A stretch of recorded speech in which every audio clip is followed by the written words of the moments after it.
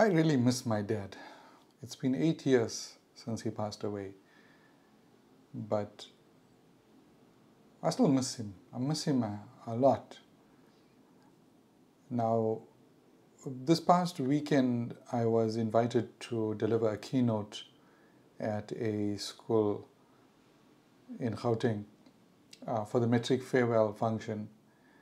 And I mentioned the story about the time when I went to register at university. I mean, being in that event and looking at these young people just finished metric farewell, getting their awards, moving on, going through an exciting new transition in their lives, it took me back to when I was that age. It seems like months ago, not decades ago. I mean, that was 1992 that I finished grade 12. A long time ago.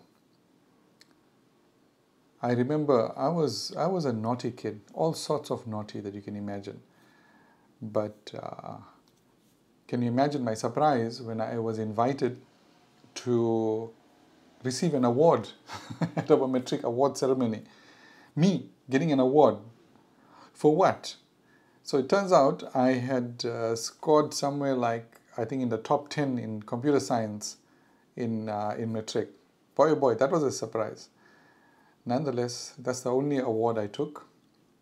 And I took it. It was such a big thing for me, and that basically when I went to university, the result of my excellent results in computer science was they gave me a partial bursary. I think it was a 1/3 off as a result of my good performance in computer science.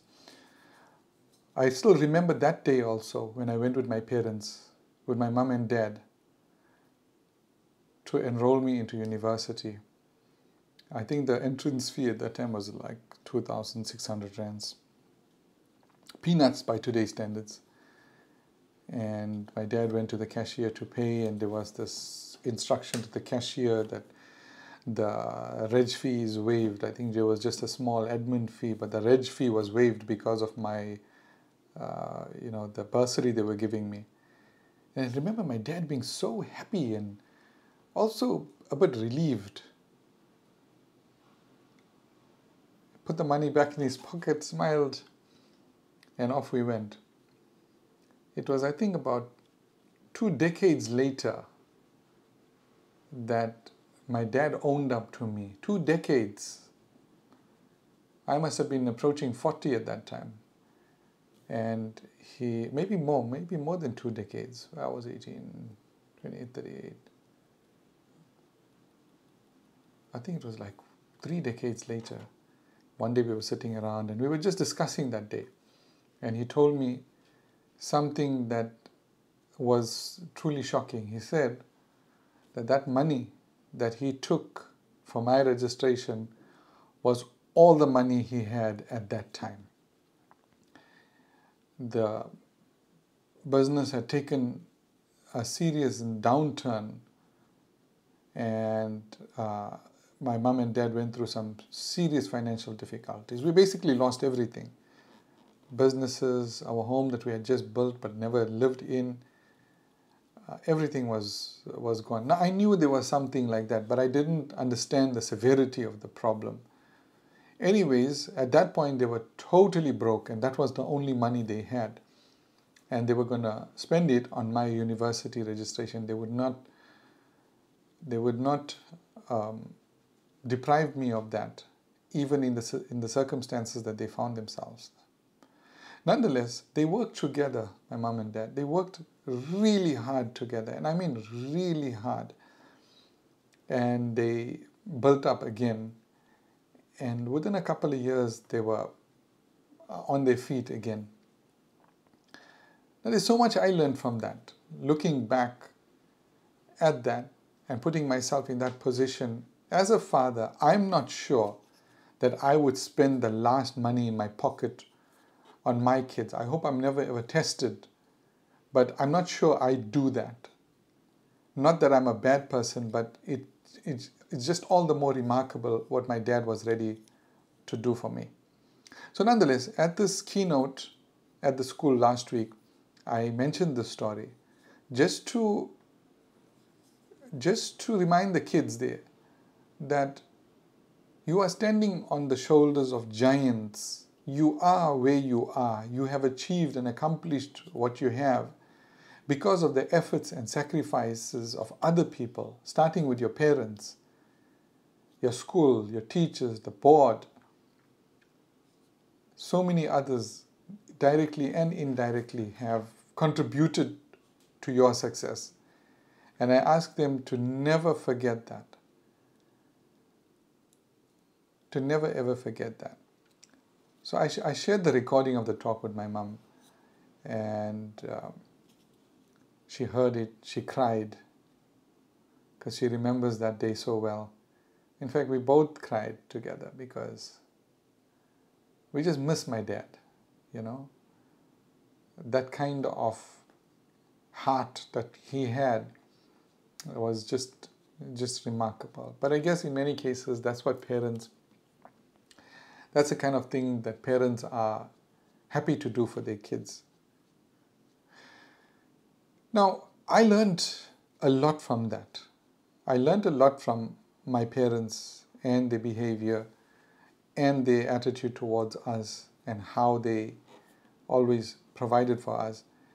And I decided to speak today about parenting, about positive parenting, especially now that it's the new year and it's a new school year, everything is new. The one thing we need to remember, and I spoke to a number of young parents, I'm always interacting with people, and there was this one young couple in particular. They're such a great couple, such a wonderful couple. They have 2 kids, I think 9 and 6, and there's so much concern, The mom said to me that the last thing I want is to mess up as a mother. I'm so concerned that I don't mess up. So as a joke, I said to her that I've been doing this for 28 years now. I'm a father for 27 years now, and I'm still messing up. What I mean by that is that we are going to mess up. Don't try to be a perfect parent. The worst thing you can do, the worst thing ever, is to try and be a perfect parent. Because those are the ones that have this ideal picture in their head, and that picture becomes so ingrained into their minds that there's no flexibility in their thinking. And the more rigid you are, the more your children will test you. The more you try and enforce, the more they will show you that they are breaking the rules. That's just kids for you. What kids need is structure. Kids thrive on structure. I'm not saying there mustn't be any rules or structure. No, they thrive on structure. But within that structure, they need freedom. They need flexibility. They need to be their own people, especially as they are going towards their teens. I remember one wise man told me, he said, when your kids enter their pre-teen and the teen ages, at that time my kids were just tiny, right? But he said when they get to that stage, picture it as if they are going through a tunnel. And that tunnel you are not allowed to enter. It's only them that's allowed in there. And all you can do is go around to the exit and wait for them there. Now, whatever happens in that tunnel, you have no control of. Absolutely no control. Neither can you see nor hear what's going on. All you can do is, prior to the tunnel, preparing them for it, and on the other side of the tunnel, hoping that they come out the type of people you'd be happy with. And when they do come out, and I think in most cases, when they do come out, they're okay. They turn out okay. They might make mistakes. They might do some silly things, make some bad decisions.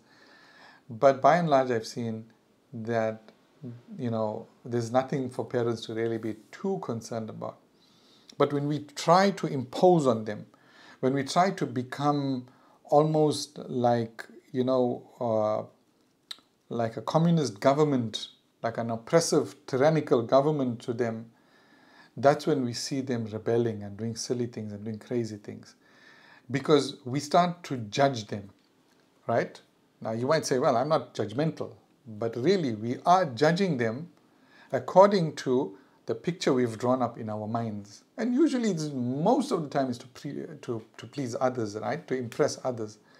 So we expect them to conduct themselves in a certain way, to speak in a certain way, to perform in school in a certain way, eat in a certain way.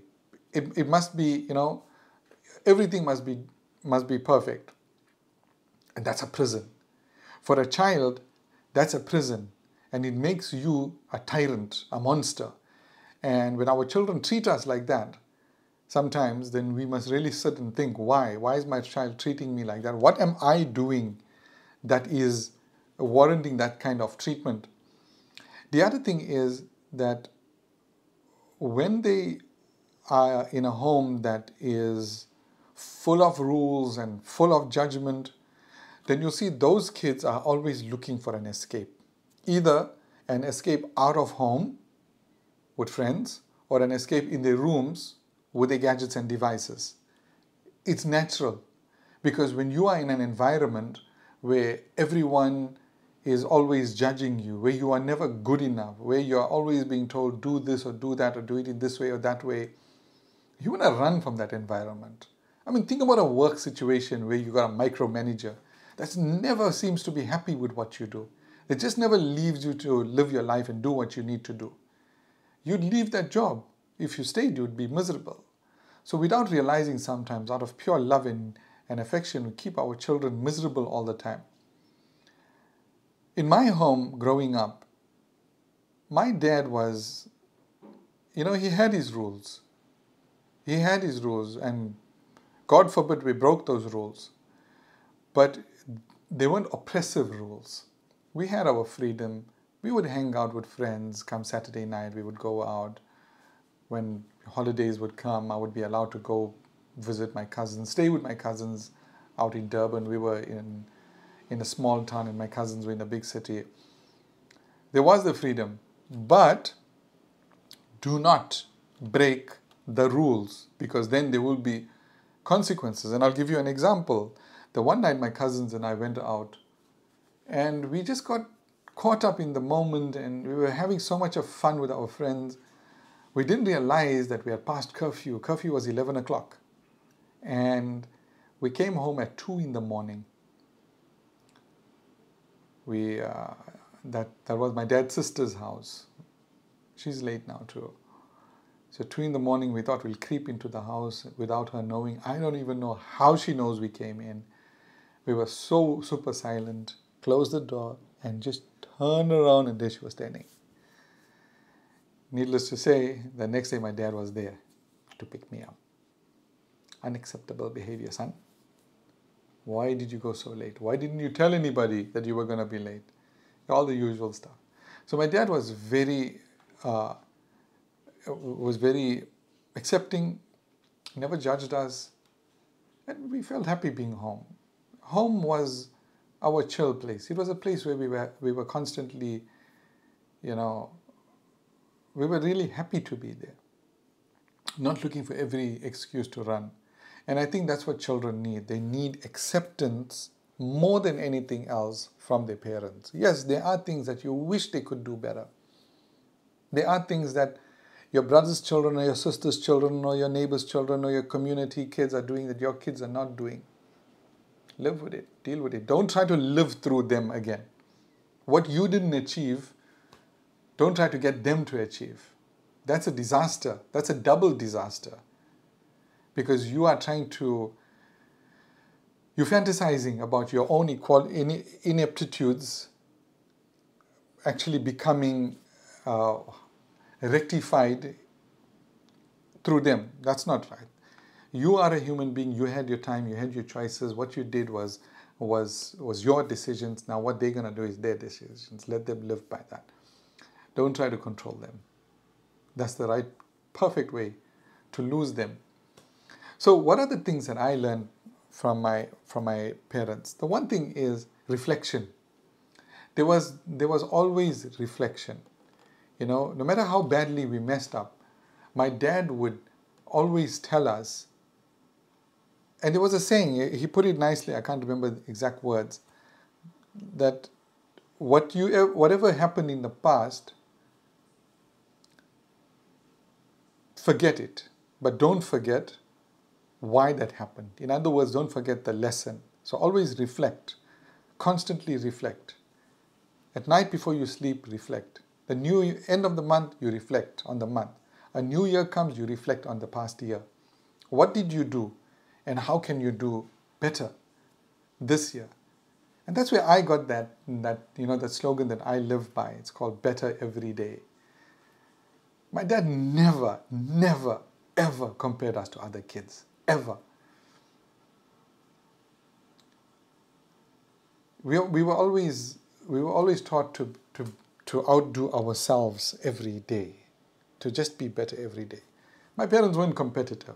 They gave a damn about who was driving what and who lived where. They lived the way they liked. They were happy. And my mom is still like that.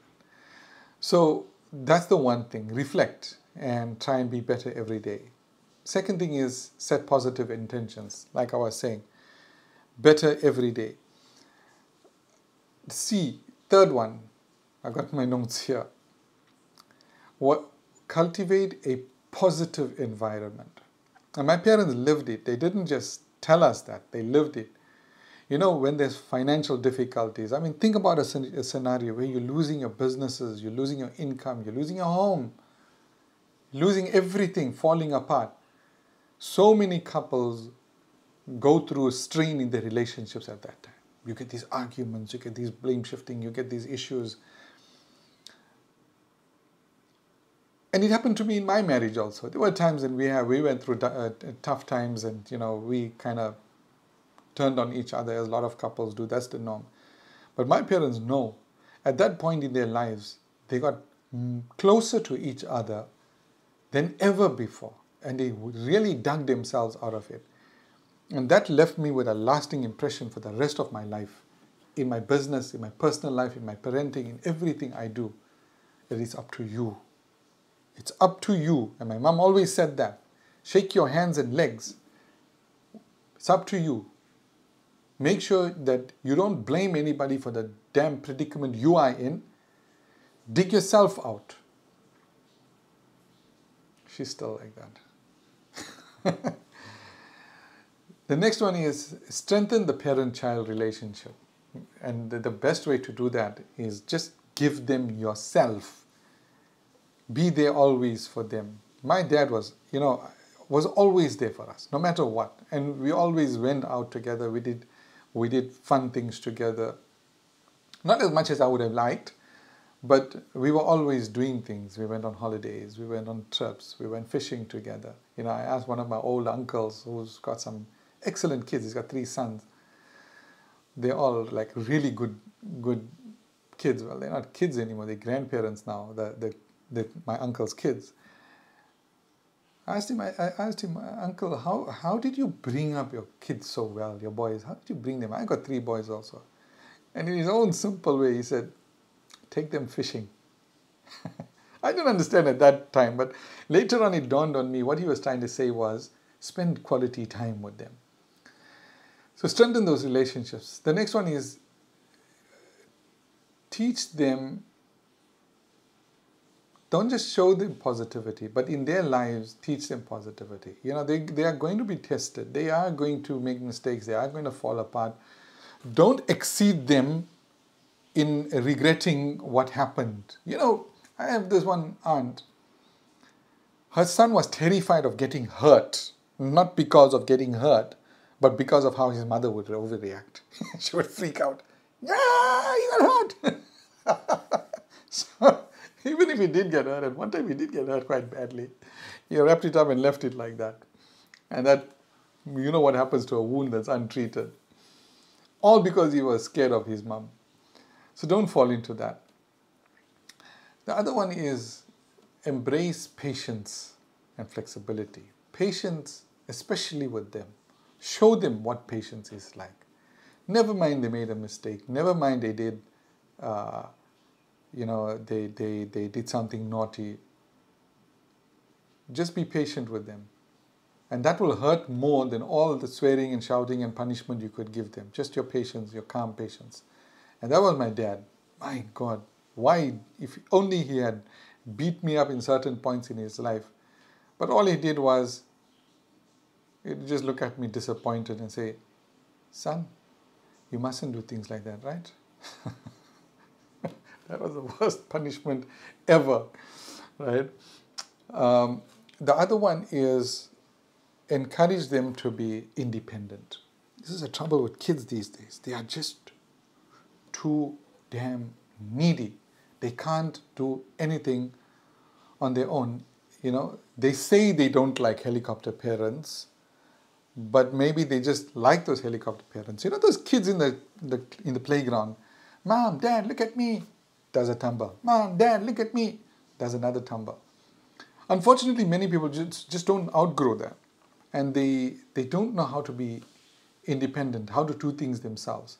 And they don't have responsibility. You get homes, oh my God, homes where kids are not even allowed to wash their own dishes or their own underwears.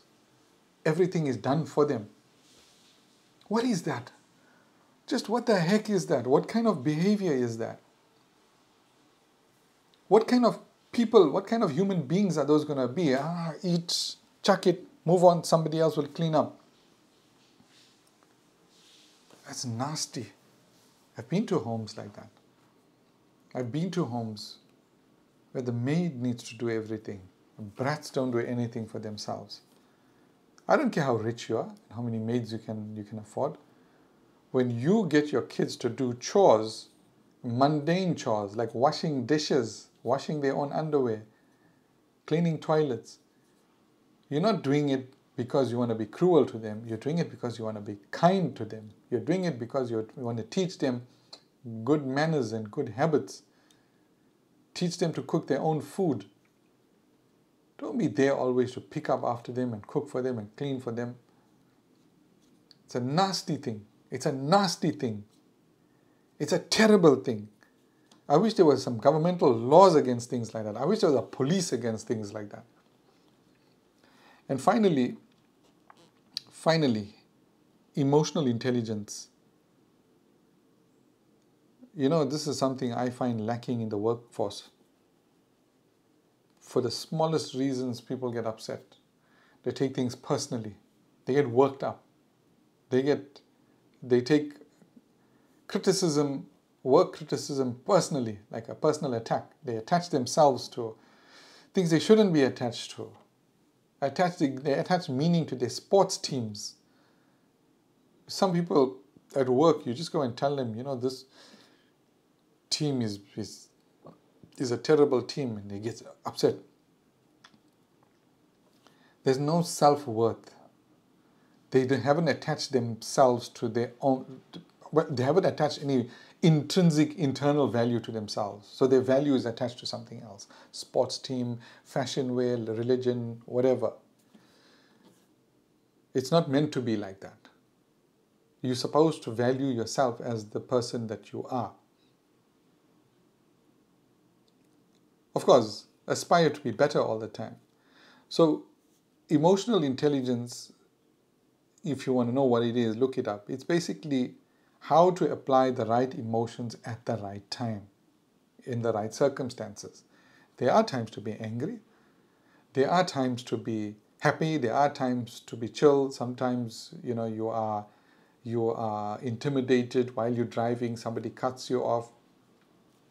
Inconsequential. All right, the guy cut you off. You had to brake a little, jerk. Then what? What? Within seconds, that person will be gone his way, you gone your way. Why do you have to make a scene out of it? Or worse still, if your kid or your spouse has to say or do something that you're not happy with, inconsequential. What does it mean? It means, well, and I'm talking about minor things. I'm not talking about major things here. We tend to get upset and emotional about even the smallest things. So that's my upbringing in a nutshell, and the way I've brought up my boys. and I still aspire to bring them up. And I decided to share this with you because it's that time of the year, and it's the new year in school, and everything is new. Some of mommy's little babies are growing up now and going to preschool and going to primary school, going to university. It's an exciting time. It's a time of change. It's a time of transformation, new beginnings. But the age-old laws of parenting will always be there. Forget all the fancy new research that's coming out. Whatever I'm telling you is from my proud legacy of hundreds and hundreds of years of parenting that I got from my father, who got from his father, who got from his father. As much as times have changed and technology has changed everything around us, many things are still and always will be the same.